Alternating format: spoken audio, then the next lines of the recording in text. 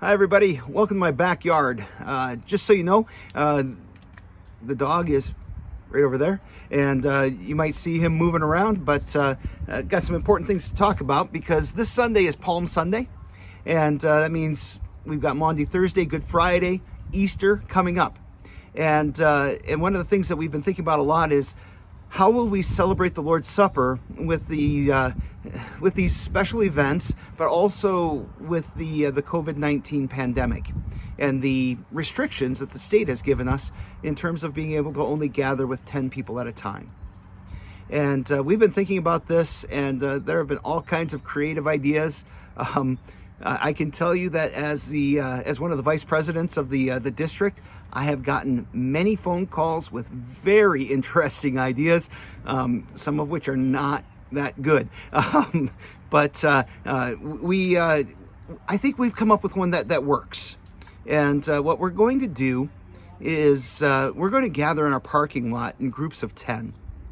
We're going to set aside 4 parking spots and have you come up by family.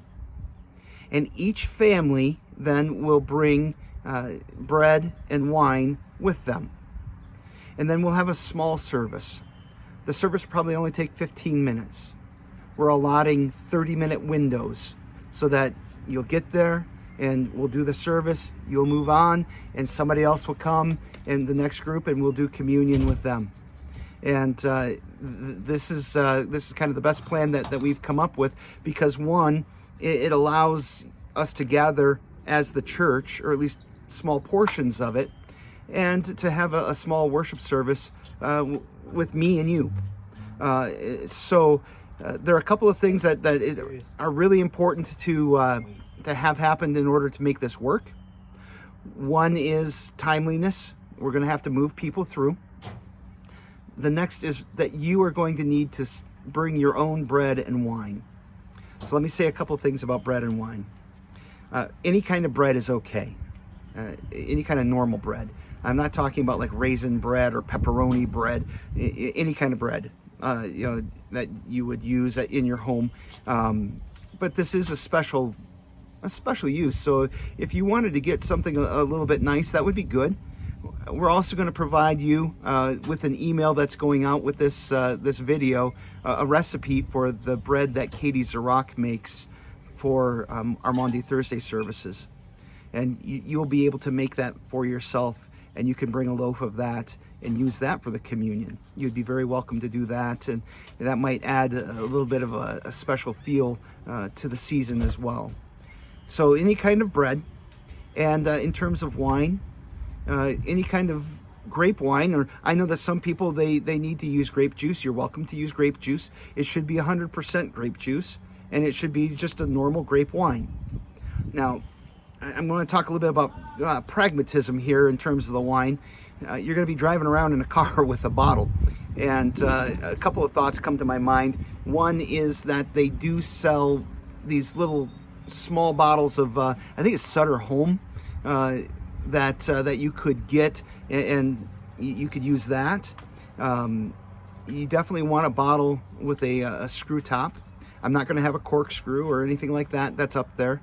You're going to need your own cup or cups in order to drink from it, and basically whatever you bring, you're going to have to take it with you.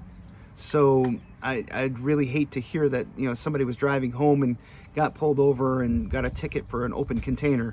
So you're going to need to either have something that you can finish up or something you can tuck away in your trunk so that you can take it with you. The way that we're going to set this up, I was looking at the long-range forecast, and next week, the only 2 days where the weather looks like it's going to cooperate will be Monday and Friday. Now, of course, having said that, that probably means it's going to be sunny and 80 all week. And if it is, we'll say thank God for that. But Monday and Friday are the 2 days that they're saying that no rain and the sun is supposed to shine. And so we're going to start at 9 in the morning. We're going to go to 5 in the afternoon, and we're going to cycle as many people through as we can and celebrate this gift that God gave to us. You need to make an appointment to do this, though. We can't have just people lining up. that would rather violate the spirit of what we're trying to do to stay socially distant in order to flatten the curve. So the way that you'll make an appointment is that you will call Becca on her cell phone, and her number is included in the email that came with this, and she is going to be setting up slots and making sure that we have about 10 people in each of those slots, and we'll start welcoming people 9 a.m. on Monday, and we'll go through the whole day communing people, and then Friday we'll do it again, and we'll try to get everybody through so that everybody has the opportunity to receive the Lord's Supper before Easter. I really want to say thank you for everybody who has been working so hard to take care of one another. I also want to thank you for your flexibility. This is something that I never thought, they don't have classes on how to handle a pandemic at the seminary. And we're doing our best with it, and I'm pretty proud of how our congregation has handled this so far, as I talk with other churches and hear what's going on out there. I really appreciate your patience and your understanding, and I hope that that this will be another piece of this time of being separated that will be a comfort and will help us to look forward to the day when we can come back together and celebrate the Lord's Supper together like we normally would. So give Becca a call, get that set up, and remember your own bread, your own wine, your own drinking cups, and I'll look forward to starting to see people Monday morning.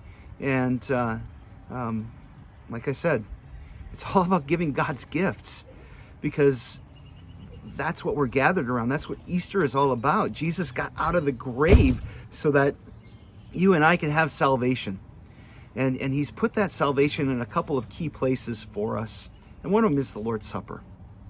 Now, I should probably say something for people who are really too nervous to come out, and are saying, yeah, I don't want to participate in that. That's okay.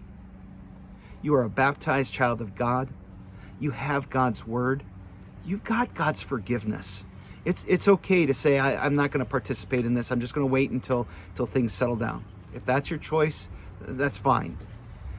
If you are part of the group that flat out cannot come, make sure that you let Becca know that, so that we can see what we can do to make some other arrangements. I'm not sure what that will be yet. It's really strange being in this situation where, I don't know if I'm a carrier. I don't know if you're a carrier, but we're just trying to get through this together. And that's where that grace really needs to abound, not just in terms of forgiveness, but in terms of being patient and bearing with one another, as it encourages us to do in the scriptures. So I've rambled on long enough, but God bless you, and welcome to my yard. And hopefully we can come here sometime and have a big barbecue and have a party all together. God bless you, and I look forward to seeing you soon.